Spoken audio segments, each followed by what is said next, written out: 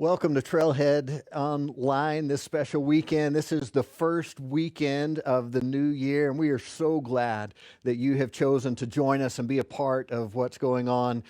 For some of you, you have already started to fulfill your New Year's goals by actually showing up and watching this, being a part of this service online.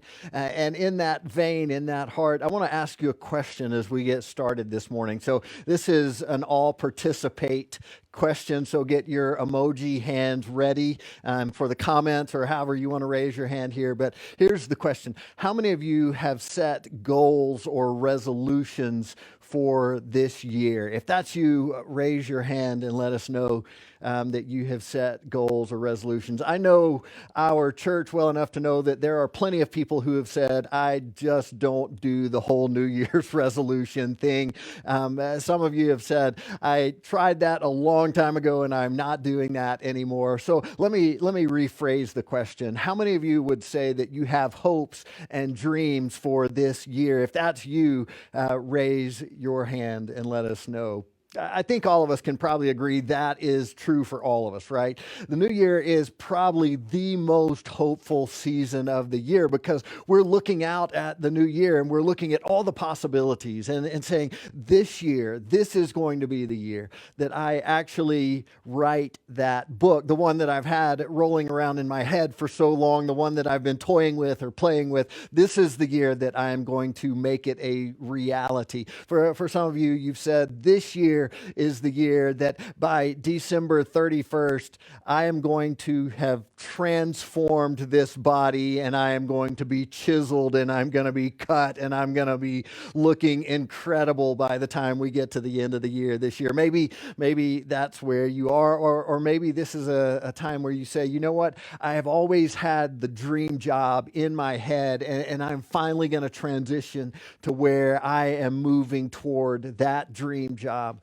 that I've always had. For some of you, you're looking forward with anticipation because this year, this is going to be the year you actually read through Scripture. You read through the entire Bible in a year. This is going to be the year that you do that. Regardless of how you look at goals or resolutions, if we really boil them down, if we look at the foundation or the base of what informs all of those goals and resolutions, essentially, it's happiness. And I know that sounds weird to say, but what we're doing is we're saying this year, I want to be happy with the way that I am physically. I want to be happy with my health. Or this year, I want to be more happy with the way that I am investing in my family. I've always really wanted to do this, but I just get caught up in the day-to-day, and I want to be more happy with the way that I invest in my family this year. Or if you're looking at things from a spiritual lens, you may be saying, this is the year that I want to be happy about the way that I am living out my faith, or that I am pursuing God in a church setting or whatever it may be. So essentially at the core, at the center of all of these goals is I want to improve the happiness of my life in some way, whether that's physical or emotional or spiritual or whatever it is. That's what I want to do this year, is improve in this area of my life so I feel more happiness, more contentment in those things. And essentially today we are answering that question. If you are starting to look at how can I improve my spiritual happiness, how can I improve my contentment with where I am going and how I am interacting with God, that is what we are looking at today. And we're going to look at a conversation where Jesus is going to teach us how to be truly happy with our faith.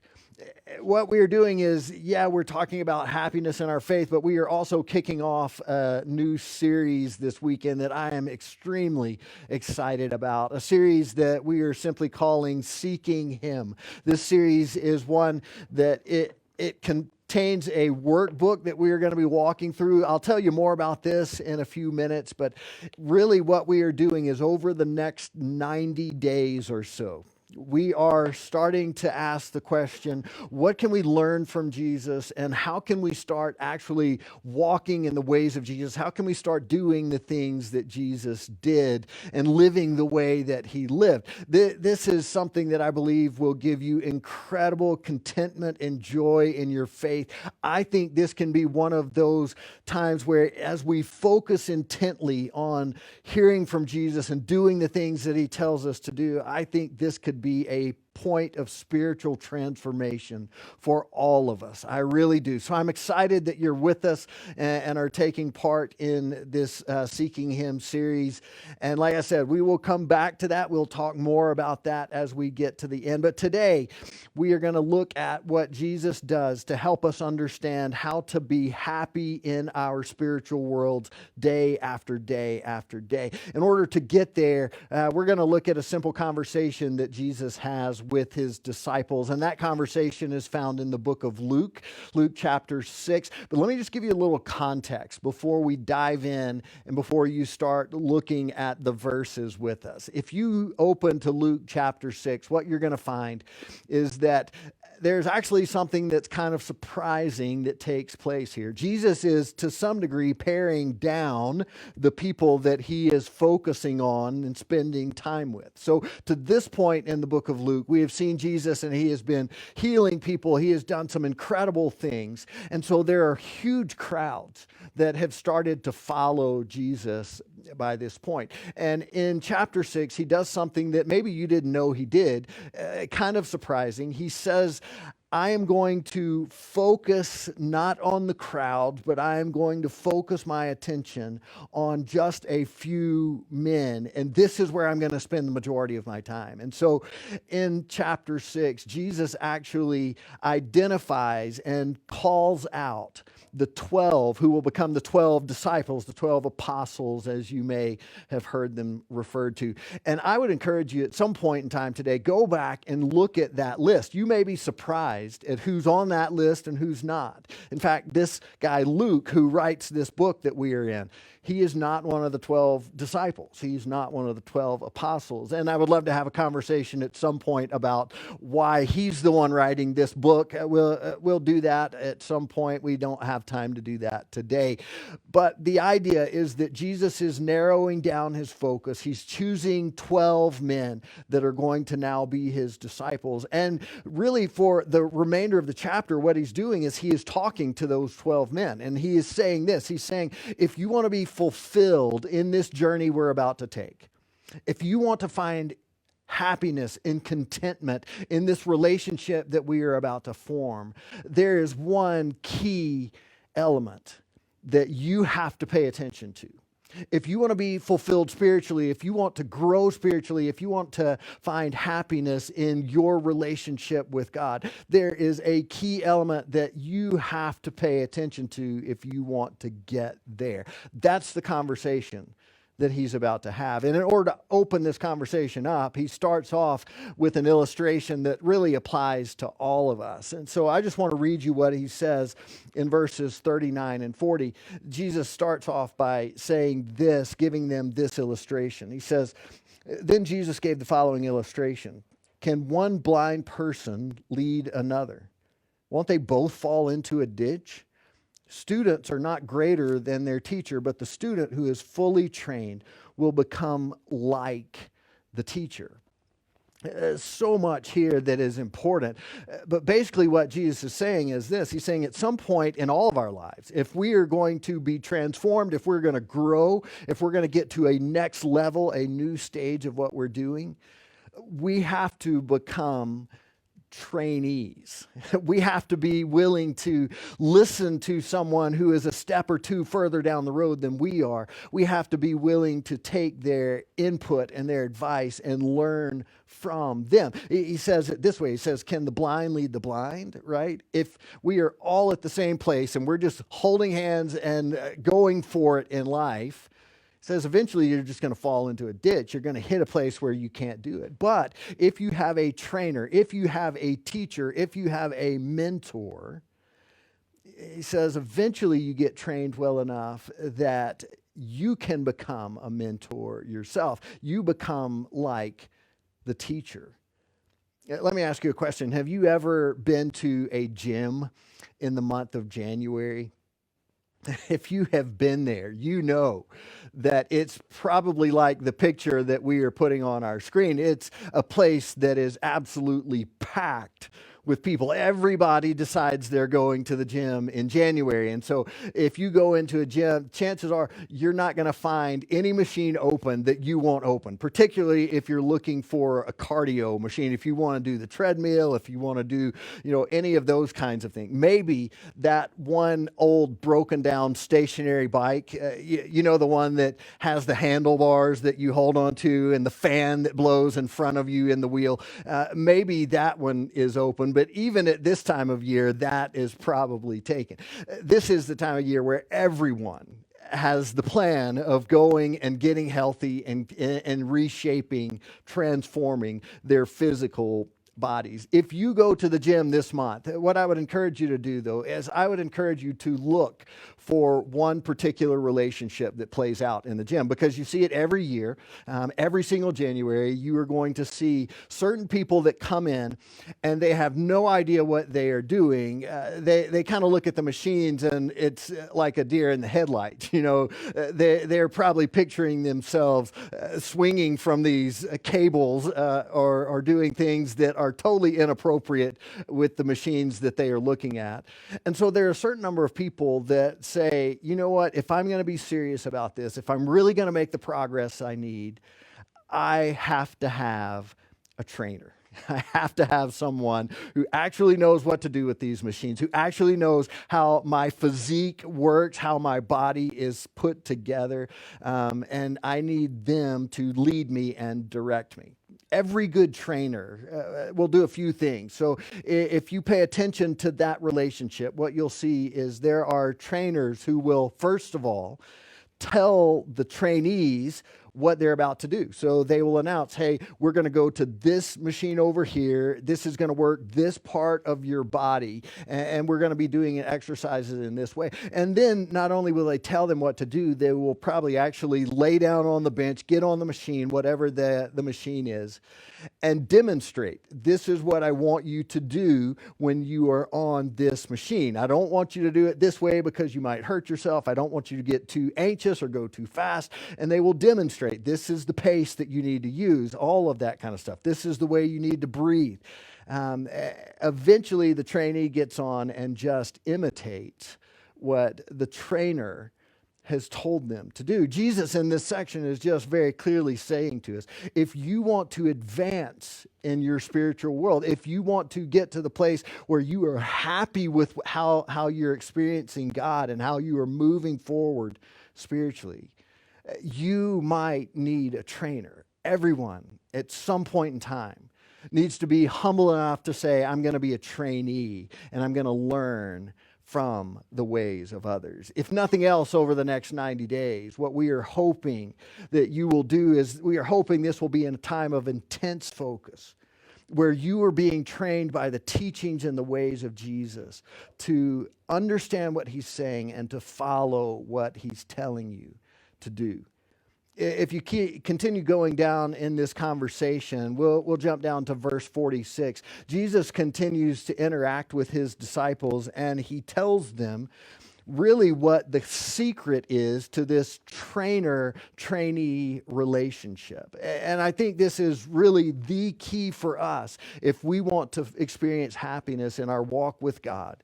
This is the thing that we have to do. And this is where so many churches and so many Christians get it wrong. So listen to what he says here. In verse 46, he says, "So why do you keep calling me Lord, Lord, when you don't do what I say? I'll show you what it's like when someone comes to me, listens to my teaching, and then follows it." Two key points he's making here is, first of all, he says, if you want to take the next step, if you want to be happy in where your faith is going, you need to not only listen to what I'm saying and hear what I'm saying, but then you actually need to follow it. You actually need to step out and do it.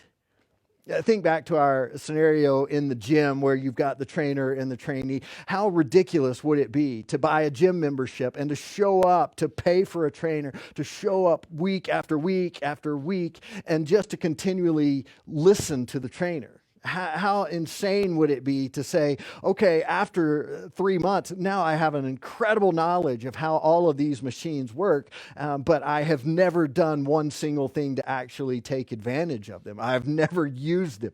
How crazy would it be to just take in head knowledge, but not actually do anything? That's the problem. That's what Jesus is identifying here. He's saying the problem with many people is they think spiritual transformation is totally different than physical transformation. They think that spiritual happiness and contentment comes from just hearing and learning and showing up and listening and maybe sitting during a service like this and taking notes.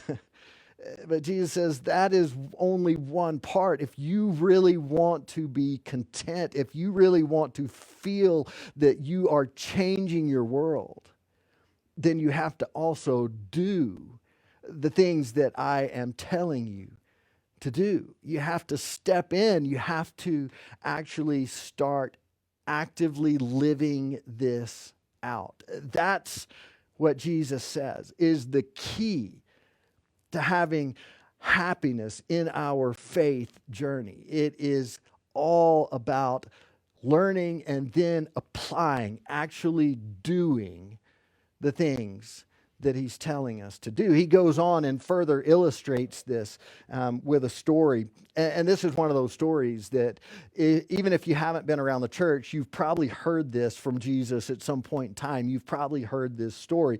He says this starting in verse 48. He said, "It is like a person building a house who digs deep and lays the foundation on solid rock. When the floodwaters rise and break against the house, it stands firm because it is well built. But anyone who hears and doesn't obey," does this sound familiar? Anyone who hears and doesn't obey. He's talking about that guy that goes to the gym and listens to the trainer but doesn't do anything, right? He's talking about that guy in the church that comes and just listens but never actually takes steps of faith. He says, anyone who hears but doesn't obey is like a person who builds a house right on the ground without a foundation. When the floods sweep down against the house, it will collapse into a heap of ruins. I think there's so many people in the church today. I'm not just talking about Trailhead, but the church in general. There's so many people that have this incredible head knowledge about what Jesus taught and how he taught it. There are people that can quote verses that say, this is exactly what Jesus said, but they are not doing the things that he said to do. And as a result, what Jesus says is, he says, if you have built your faith around this head knowledge, and that is the frame of everything that you have, says if that is all that you have is head knowledge, eventually there's going to come a hardship. Eventually there's going to come trouble or difficulty in your world. And when that happens, your framework of knowledge is just going to collapse around you. It's that moment where you look up and you say, God, with all of this hardship going on, I thought I understood who you were, but why aren't you acting the way that I think you should act? Why aren't you doing what I want you to do? It's that moment where you look up and say, I understand that I should be able to recognize God's voice, but I just don't hear him. He doesn't seem to be talking to me. He's not giving me direction. It's that moment of frustration where you say, God is not doing what I want him to do, and everything just seems to crumble. Jesus says the problem is, all you've had is this head knowledge of who God is, but you haven't been living it out. You haven't been walking with him. And that's why you're not experiencing the happiness in your spiritual journey that you thought you were going to experience. Ultimately, in this section, Jesus is telling us that no matter how much you know, you will never be happy with your faith until you do something with it daily. Listen to that again. No matter how much you know, You will never be happy with your faith until you actually do something with it every single day. Here's the key, Jesus says. It's not just the hearing, right? The guy in the story heard. The one whose foundation wasn't built well, he had heard. The one whose house crumbled and went away, the spiritual thing that didn't work, he had heard. He knew. He just wasn't doing what Jesus said to do. And so I think there's this incredible point where Jesus is pulling us back and saying, if you want to experience happiness this year, if you want to experience happiness this month in the way that you are relating to God, don't just listen to the things that God says, but actually start to do them in your everyday world. And let me just give you a quick warning, because Jesus gives this warning here. It's not going to be easy. I think all of us, because we live in this instant society, we want things to be done quickly and we want them to be done easily. But Jesus says it's not going to be easy. You may say, I didn't hear him say that in there. But think again about the illustration that he uses. He's talking about building a house, right? Laying a foundation. If you live in Wellington, you know what it looks like to lay a foundation because we see them going up everywhere, right? We see houses going up all the time. And what happens every time is that the developer has a backhoe and he brings his backhoe to the site and starts digging out the foundation. He digs it out perfectly with the backhoe and it's done in a matter of hours. And then they have another big piece of equipment, a concrete truck that comes out and pours the concrete into the area that it's supposed to be poured into. And all of a sudden, it's just there. The foundation is done. It doesn't seem like a whole lot of work to us because we don't build our own foundations, right? But think about how this worked in first century Israel. Think about how this worked in Jesus' day. Chances are they didn't have backhoes. I don't think they had concrete trucks that came out and did the work for them. So how did a foundation get laid? What does Jesus mean as he's talking about this? You know as well as I do. The way that a foundation was laid in first century Israel wasn't through incredible machinery. It was through incredible work. And the guy that's laying the foundation gets out, and the way it's done is he takes his shovel and one scoop at a time. He takes his pickaxe and one chip at a time. He works through the hardened soil. If this is in the middle of the summer in Israel, the clay is probably baked on the ground and it's hardened and it is difficult to get through. In fact, another part of this, if you go to Israel, one of the things that you will find out is that their soil everywhere is incredibly rocky soil. If they want to farm the land, they actually have to go through the entire acreage that they are going to farm and take all of the stones out. They pile them up on one end of the farm, and it almost looks like a huge wall over there because of all the stones they pull out. Jesus is talking to people who live in that context, where he says, if you want to be happy in your faith, it is going to be like laying a foundation. It's going to be like going through and individually collecting all of the stones, taking them out of the way. It's going to be like digging through that hardened soil to get down to the bedrock, to get down to the place where it's actually going to stay and not move. Says, yeah, you can just do it on top of the ground right there if you want to, but you know what's going to happen. The winter comes, the rainy season comes, and all of a sudden that hardened baked soil turns into like chocolate pudding, and it's moving and your house is going to crumble. He says, if you want to experience what I want you to experience, you are going to have to do the hard work of the day after day after day. Not just hearing what I'm saying, but doing the things that I'm telling you to do, no matter how much you know, Jesus says. That you will never be happy with your faith until you do something with it daily. So with that context, Let's get back to this study that we're going to start the year with. The study I am so incredibly excited about.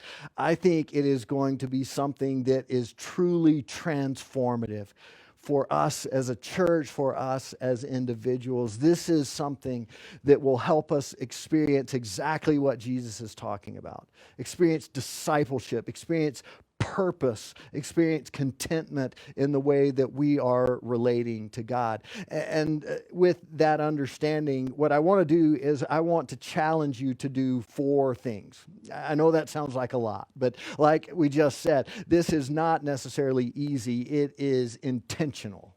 So here are the 4 things that I want to ask you to do with me as we start a new year.